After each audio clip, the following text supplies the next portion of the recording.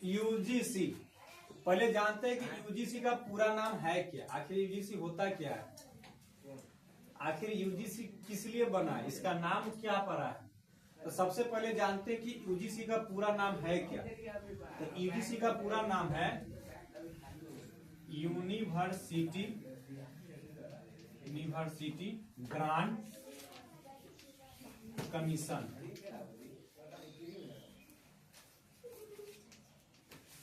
ठीक है, मतलब यूजीसी का पूरा नाम है यूनिवर्सिटी ग्रांट कमीशन। ठीक है, ये एक संस्था बना। तो ये संस्था आखिर बना क्यों, किस लिए बना, तो पहले जानते हैं कि संस्था बना कब। इसकी स्थापना हुआ था, यूजीसी का स्थापना 28 दिसंबर 1953। कब बना ये, 28 दिसंबर 1953 को यूजीसी बन गया। जैसे हम लोग कहते हैं कि हमारा घर में शादी है, तो शादी का डेट का फाइनल आज होगा, लेकिन होता है कब, 2 या 3 महीना का बाद डेट निकलता है। तो ये कमीशन बनना कब, डेट तारीख बन गया था कि 28 दिसंबर 1953 को यूजीसी बन गया। लेकिन इसको कानूनी रूप से अधिकार कब मिला, ये कानूनी रूप से कि अधिनियम लागू हो जाए, तो ये बना 1956 के अधिनियम के तहत इसको लागू किया गया। इसके तहत 1956 के अधिनियम के तहत इसको अब लागू कर दिया गया। अब यहां से तुमको समझ में आया, यूनिवर्सिटी कहने का मतलब क्या, यूनिवर्सिटी में कौन सा बच्चा पढ़ता है, जो कॉलेज होता है, जो कॉलेज बड़े बड़े कॉलेज जो पढ़ता है ना, उसको हम लोग बोलते हैं यूनिवर्सिटी। तो आखिर ये यूजीसी यूनिवर्सिटी ग्रांट कमीशन बनाने का उद्देश्य क्या था, उसके बारे में जानते। पहले तो कब हुआ, कब किस अधिनियम के तहत बना, तो 1956 के अधिनियम के तहत ये कानून बन गया। अब ये कानून कहता है किसके लिए बना है, तो ये मुख्य रूप से कानून बना था विश्वविद्यालयों में विद्यार्थियों के लिए, विश्वविद्यालय में छात्र छात्राओं के लिए बना था, छात्र छात्राओं के लिए। ठीक है, लेकिन इसमें भी एक कास्ट बनाया गया था कि आखिर विशेष रूप से किसके लिए होना चाहिए। तो ये हुआ था SC ST OBC। जो OBC अभी 2 भाग में हो गया है, वो EBC हो जाता है, एक क्या होता है, BC हो जाता है। बात आ रही समझ में, ये बात आई समझ में। ये grant commission, university grant commission किसके लिए बना था, SC ST OBC के लिए। तो आखिर ये तीनों चीज के लिए बना था, कौन सा, यूनिवर्सिटी ग्रांट कमीशन। तो आखिर इसको बनाने के पीछे कारण क्या था, तो इसके पीछे बनाने का कारण था कि सभी बच्चों में एक समान की भावना हो, कोई किसी को हीन भाव से मत देखे। बड़े कास्ट के लोग के बच्चे भी पढ़ने जाते हैं ना, तो बड़े कास्ट के बच्चे क्या होते हैं, छोटे कास्ट के बच्चे को शोषण करते हैं या फंसाते हैं, बहुत सारा तरह का रैगिंग करते हैं। इसको तहत रख करके बनाया गया ताकि बच्चे का विकास किया जाए, सम्यक पढ़ाई किया जाए, उसे हर चीज में भागीदारी देकर के आगे बढ़ाया जाए। ठीक है, लेकिन ये कानून तो बन गया, ये तो सुविधा दे दिया गया, लेकिन अब हुआ क्या, ये OBC ST OBC के लिए तो यूनिवर्सिटी ग्रांट कमीशन बन गया, लेकिन अभी प्रेजेंट में इसका स्थिति क्या हो गया है। इससे पहले कोई एग्जांपल हम देते हैं, छोटा सा समझते हैं उस टॉपिक पर आने से पहले। मान लो कोई विद्यालय है, ठीक है, कोई विद्यालय में कक्षा, मान लो 12th का ही क्लास है, ठीक है, 12th का क्लास का बच्चा है। टीचर को पता नहीं है कि कोई इसमें हिंदू है, कौन इसमें मुस्लिम है, कोई इसमें ईसाई है, क्रिश्चियन है, या इसमें जातिवाद भी नहीं उसको पता है कि हाँ ये ब्राह्मण है, ये राजपूत है, ये यादव है, ये कुर्मी है, ये मुसहर है, ये डोम है, उसको तो नहीं पता है। उसका काम क्या है, टीचर का पढ़ाना, तो वो पढ़ा रहा है। तो हो सकता है कि इस 12th क्लास का में से कोई एक बच्चा हो, चाहे वो SC ST OBC का हो, चाहे वो जनरल का हो, किसी का हो सकता है। तो मान लीजिए जो बच्चा तेज पढ़ने में होगा, वो क्या होगा, टीचर का प्रिय हो जाएगा। जो बच्चा पढ़ने में तेज हो, डिसिप्लिन में, स्वाभाविक है कोई भी आदमी उसको लाइक करेगा।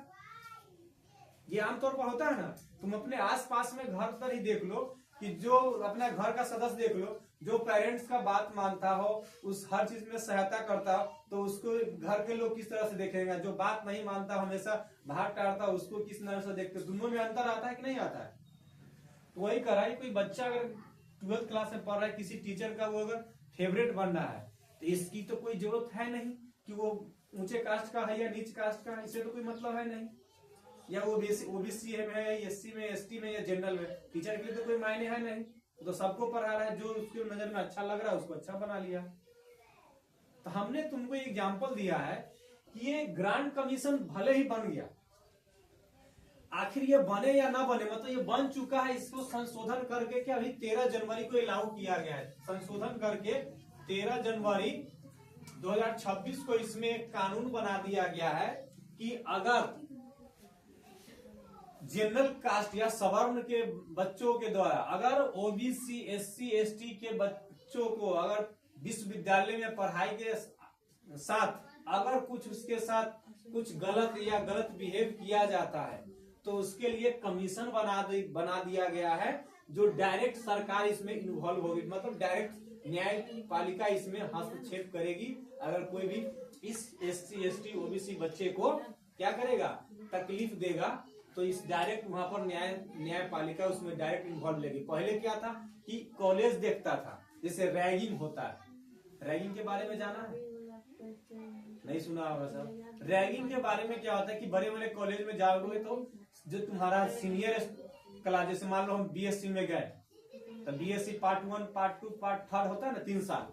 तो मान लो पार्ट 1 में गए, तो पार्ट 2 वाला हमसे क्या है, सीनियर है, तो तुम्हारे साथ क्या होगा, मिसबिहेव कर सकता है, तुम्हारे साथ रैगिंग कर सकता है, कुछ भी कर सकता है। तो ये रैगिंग जो करता है, तुम्हें कास्ट देख करके, तुम्हारे जाति देख कर तो वो नहीं करता है, तो किसी के साथ करेगा, क्योंकि जो जूनियर होगा, जूनियर सीनियर क्या करेगा, जूनियर साथ रैगिंग करेगा। तो रैगिंग करेगा तो क्या उस समय ये ग्रांट कमीशन क्या है, अब यहाँ पर इसका मिसयूज, अब यहाँ पर क्या इस माध्यम से क्या करेगा, उसको कंप्लेन भी अब कर सकता है।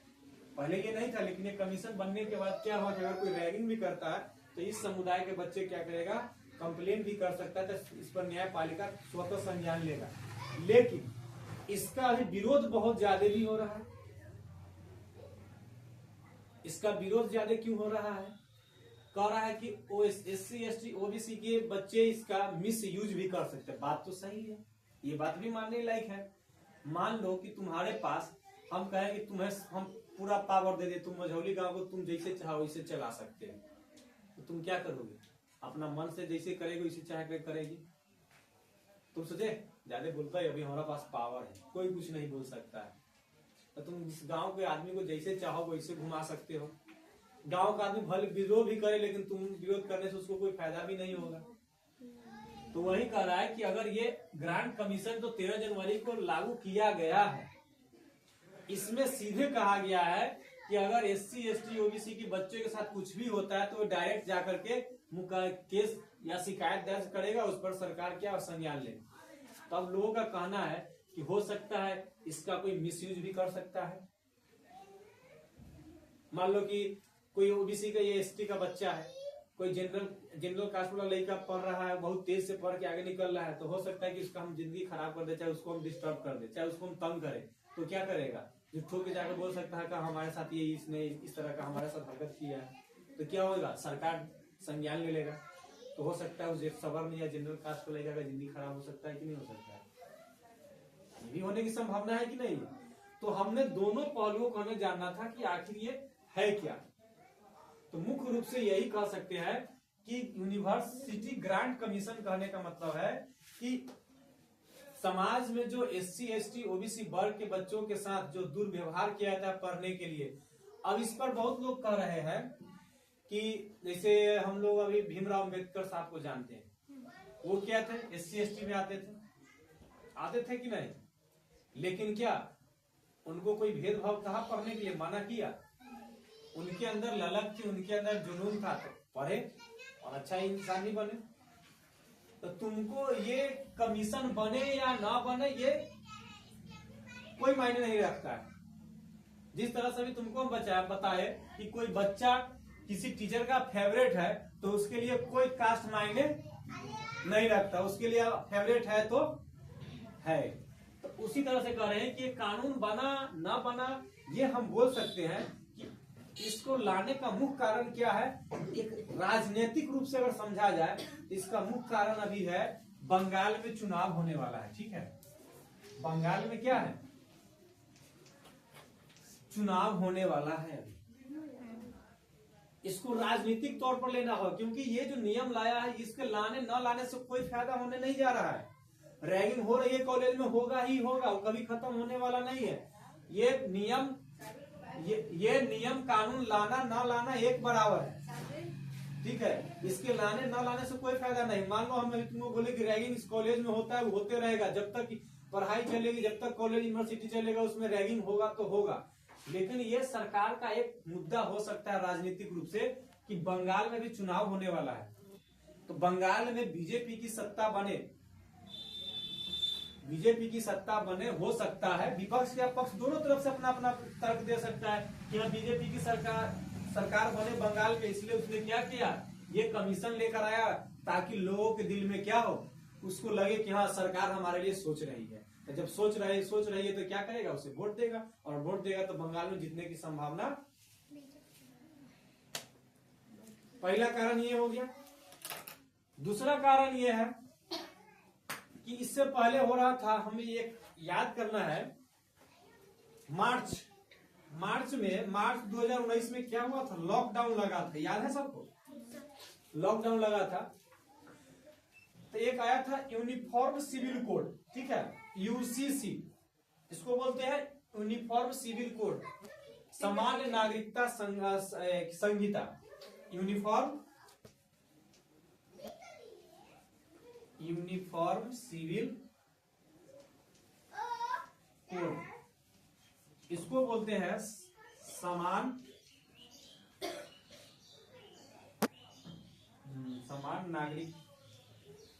नागरिक संहिता।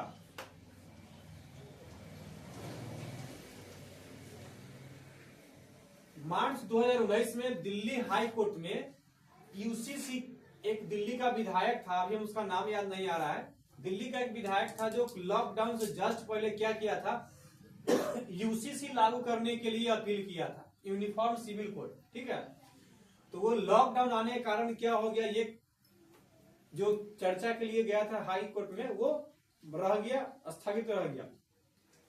तो सरकार ये चाह रही थी कि यूसीसी लागू हो। यूसीसी कहने का मतलब है समान नागरिक संहिता, मतलब इसके अंतर्गत कोई कास्ट, कोई धर्म, कोई जाति नहीं, इसके अंतर्गत सब एक समान बच्चा है, सब एक कास्ट का है, सब एक धर्म का ही है। तो ये मुख्य रूप से एक सही थी, लेकिन इसमें घाटा किसको हो जाता अगर समान नागरिक संहिता आता तो फिर इस वर्ग को घाटा होता, इस वर्ग को घाटा हो जाता। बात आ रही समझिए, अगर यूसीसी लागू होता तो किस वर्ग को घाटा होता, एससी एसटी और ओबीसी को। एससी एसटी ओबीसी को क्या होता, ये घाटा हो जाता अगर यूसीसी लागू होता तब। अगर यूसीसी अभी लागू नहीं है तो क्या होगा, अभी तुम लोग को आरक्षण मिल रहा है, बहुत लोगों को आरक्षण मिल रहा है कि नहीं मिल रहा है, लेकिन जैसे यूसीसी लागू होगा तो क्या इस सारे आरक्षण प्रावधान क्या होगा, खत्म। तो ये लाने की चर्चा चल रही थी, लेकिन सरकार ने लाया कौन, यूनिवर्सिटी ग्रांट कमीशन। लेकिन एक झलक दिया है कि आगे भविष्य में और कोई कानून आ सकता है आरक्षण वर्ग के लिए। अभी तो ये सिर्फ कॉलेज के लिए आया है कि कॉलेज लाइफ में जो स्टूडेंट जो है यूनिवर्सिटी में जाता है, बड़े बड़े कॉलेज में जाके पढ़ता है, तो वहां पर क्या है, उसके अंदर मिसबिहेव कोई नहीं करे, उसके साथ सब लोग सामान्य रूप से रहे और अपना पढ़ाई करे, रैगिंग से बचे। इसके मद्देनजर देख करके क्या किया था सरकार ने, यूनिवर्सिटी ग्रांट कमीशन लागू किया है। तो ये मुख्य रूप से इसका काम था, एससी एसटी ओबीसी की समुदाय के बच्चे को सुरक्षित करना और पढ़ाई करना। लेकिन जनरल कास्ट वाले या सवर्ण लोगों को तकलीफ इस बात की है कि लोग इसका कोई क्या करेगा, मिस यूज कर सकता है। बात तो सही है, गलत दोनों अपने जगह पर सही है। यहाँ पर सरकार ने भी अपनी मंशा बताया कि सही, लेकिन सरकार की मेन मंशा क्या हमें जहां तक के लग रहा है, क्योंकि सबका अपना अपना तर्क है सोचने का। चाहे पश्चिम बंगाल में चुनाव है तो इसका एक मेन फायदा उसको हो सकता है कि हमें चुनाव में उसको इस मुद्दे पर वोट मिल जाए, हो सके पश्चिम बंगाल में उसकी सरकार भी बन जाए। तो ये कारण हो सकता है यूजीसी लाने का। तो समझ में रखना है, यूजीसी कानून कब बना? 28 दिसंबर 1953 को। ये लागू कब हुआ, किस अधिनियम के तहत? तो यूजीसी लागू हुआ था धारा 156 के तहत, वो लागू हो गया था, अधिनियम के तहत लागू हो गया, और इसकी स्थापना हुआ 28 दिसंबर 1953 को। तो ये है SC ST के OBC के लिए एक हितकारी कानून भी है, और सवर्णों के लिए भी क्या मिस यूज करने वाला एक कानून भी है। जैसे कभी कभी बीच में क्या था, हम लोग अपने घर में आसपास में सुनते ही होंगे कि बहुत बीच में एक ऐसा ही समय आया था कि कुछ भी होता था तो SC ST एक्ट के तहत में क्या करता था, लोग केस कर देता था थाना में जाकर के। ये गांव भर में कुछ दिन प्रचलन था, किसी से झगड़ा होता था, जाकर के SC ST वाला क्या होता है, जाकर केस कर देता था। तो ये जब बना है तो इसका कुछ ना कुछ तो प्रभाव देखेगा ही, लेकिन निर्भर करता है कि अब आदमी इसको किस रूप में देखता है। क्योंकि ये कमीशन नहीं बनता फिर भी इसका विरोध होता, बन गया नहीं तब भी विरोध हो रहा है, नहीं बनेगा तब भी विरोध होगा, क्योंकि रैगिंग रुकने वाला है नहीं। और क्या बोलते हैं, छात्र को क्या परेशान करना, उसको तंग करना, ये सारी प्रक्रिया चलती रहेगी, ये कभी बंद होने वाली है नहीं। लेकिन हाँ, सरकार अब उन लोगों को लगे कि सरकार हमने आरक्षण वाले वर्ग के प्रति कुछ सोच रहा है, इसलिए थोड़ा सा ला कर रख दिया है, लोगों के मन में हलचल मचा दिया। और हमारे अभी न्यूज में देखो, सोशल मीडिया पर देखो, इसी का होड़ चल रहा है। जब भी यूट्यूब खोलो तो इंस्टाग्राम खोलो, यूजीसी यूजीसी यूजीसी। अभी तुम लोग देखी होगी जो भी चला रहा है, देखा होगा, लेकिन ये समझ में नहीं आया हो कि आखिर है क्या। अब दिमाग में चला गया है कि आखिर ये है क्या, बात आ रही समझ में। तो ये है यूनिफॉर्म सिविल कोड, ये एक अच्छी कानून है। अगर ये आ जाती है तो ये अच्छी होगी। इसमें अच्छी यही होगा, सबसे अच्छा किसके लिए हो जाएगा, तो हो जाएगा सवर्ण के लिए, जनरल कास्ट वालों के लिए हो जाएगा, अगर ये आती है तो। लेकिन अगर आ जाती है तो फायदा इसलिए सवर्णों का होगा क्योंकि अभी सबसे ज्यादा एजुकेटेड पढ़े लिखे लोग किस कास्ट में है, किस जाति धर्म में है, तो सवर्ण में भी है, जनरल में ही है। तुम लोग के धर्म में तो यहाँ तक तो बोले कि 7% क्या है जो अभी मात्र इंटर ही पास कर पाता है। हम लोग में तो क्या है 85-90% तक लोग इंटर पास कर चुके बैठे होते हैं। तो सोच लो कितना जमीन आसमान का अंतर है। तो इसलिए अगर इसकी लाभ लेना है तो थोड़ा पढ़ना पड़ेगा और थोड़ा डट के सामने आगे निकलना पड़ेगा, तब जाकर के इसकी फायदा मिलेगा, नहीं तो लेने से कोई फायदा है नहीं। इसके आने से समाज के बस कुछ ही वर्ग ऐसा जो जागरूक है, पढ़े लिखे हैं, उसी को इसका लाभ होगा।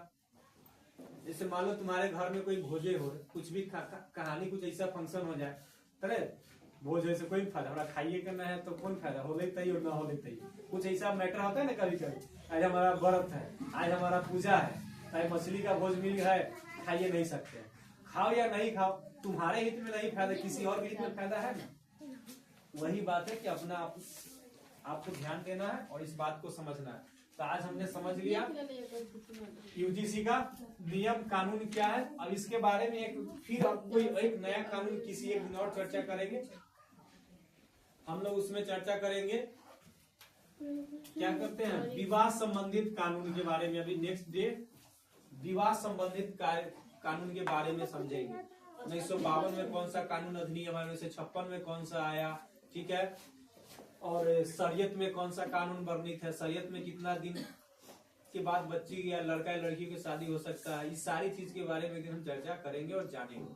फिर इसी तरह से उस कानून के बारे में हम लोग पूरे अच्छे से समझेंगे, ठीक है। तो आज हमने एक मोटे तौर पर कह सकते हैं कि यूजीसी के बारे में बेसिक चीज हमने जान लिया। रुक जाओ।